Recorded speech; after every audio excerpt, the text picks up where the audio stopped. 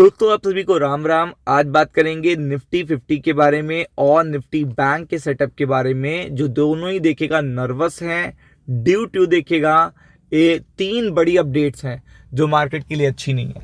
तीन बड़ी अपडेट्स बताऊंगे इस वीडियो में अमेरिका से, जो आपको पता होनी चाहिए, जो मार्केट के लिए बिल्कुल भी अच्छी नहीं है। अगर आप यहाँ पे देखोगे तो ये बिल्कुल भी अच्छी नहीं है।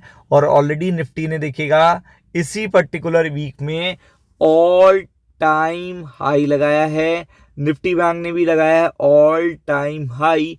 तो ऐसे में ऊपर के लेवल पे आपको बहुत कॉशियस रहना है, बहुत ज़्यादा कॉशियस रहना है ऊपर के लेवल पे। तो एक एक करके आपको बताते हैं।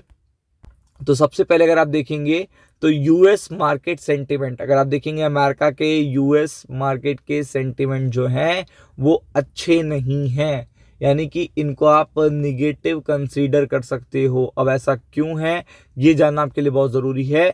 तो आपके लिए सबसे बड़ी चीज़ जो जानना है, जो चैलेंजिंग टास्क है, वो है ट्रम्प साहब ने जो देखिएगा स्टेटमेंट दिया है वेनेजुला से रिलेटेड। उन्होंने एक्ट कर दी है ऑन द देखिएगा ग्राउंड फोर्स के लिए बताया है, ऑन द ग्राउंड एक्शन और फोर्स का डिप्लॉयमेंट भी देखने को मिल रहा है।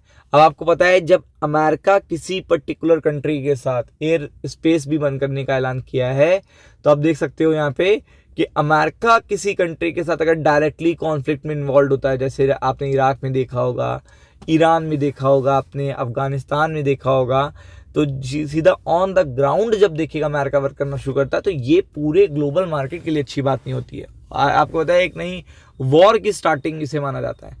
तो इस पॉइंट ऑफ व्यू से बहुत ही खराब देखिएगा ये पर्टिकुलर, देखिएगा ये जो आपको पता है कि ये ग्लोबल मार्केट की अपडेट है जो असर कर सकती है स्टॉक मार्केट पे, specially on the dollar and gold silver.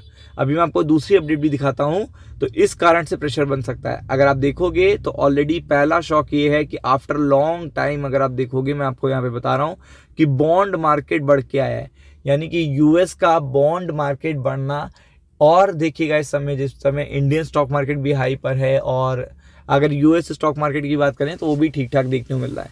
तो that time that particular movement अगर आप बात करो तो ये चीज़ बहुत बड़ी है, ये चीज़ बहुत बड़ी है और बड़ा इम्पैक्टफुल ये अपडेट है कि यहाँ पे आप देख सकते हो कि आप चेकआउट करोगे इसको कि यहाँ पे बॉन्ड मार्केट के साथ में बढ़ना बहुत ही निगेटिव माना जाता है। ये तो पहली अपडेट हो गई। दूसरी अगर आप देखोगे यूरो एरिया से अगर आप देखोगे तो यहाँ पे भी बॉन्ड मार्केट में काफ़ी तेजी आई है after the data, multiple data आने के बाद।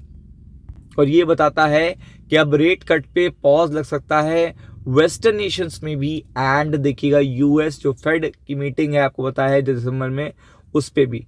तो इसके अलावा अगर आप देखेंगे तो हमारे पास नेगेटिव अपडेट ये है कि हमारी करेंसी रिकवर नहीं हो रही, मतलब नया लो बनाती है, देन आफ्टर दैट रिकवरी नहीं आती उस तरीके की। पहले क्या होता था, जैसे 86 का लो बना दिया तो आ गए 84.7 पे आ गए, रिकवरी हो जाती थी, तो उसमें क्या होता था, बैलेंस बना रहता था उस पर्टिकुलर टाइम तक। लेकिन अब क्या होता है, जब इतना बड़ा देखिएगा लो बन जाता है, उसके बाद थोड़ा सा कंसोलिडेट होती है करेंसी, उसके बाद नया लो बना देती है। तो ये चीज़ बड़ी ख़राब हो रही है, उसका बड़ा असर पड़ रहा है, तो निगेटिवली इम्पैक्ट करेगी। फिर आपको सबसे बड़ा देखा जाएगा तो वॉर की कहीं सिचुएशन बनने वाली है। आप देख लो सिल्वर कैसे भाग रहा है, 6.5% सिल्वर भागा है, 6.5%। अब आप समझ लो कि कितनी बड़ी बात है। गोल्ड तो मैं आपको दिखा ही रहा हूँ कि गोल्ड तो भागा ही, लेकिन सिल्वर भी देखिएगा इतनी तेजी से जंप आया है। जो मेटल में जो जंप आया है, गोल्ड में जंप आना, इसका मतलब है कोई ना कोई बात ज़रूर है, कोई ना कोई इंपॉर्टेंट बात ज़रूर है यहाँ पे जिसका असर है।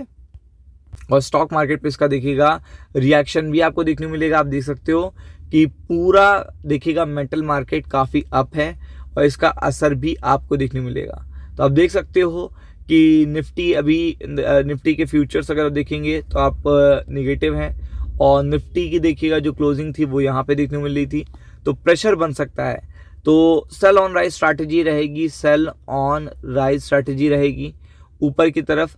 और अगर आप देखोगे तो यहाँ पे नीचे की तरफ सपोर्ट बनेगा 26,075, ये ध्यान में रखना है आपको नीचे की तरफ।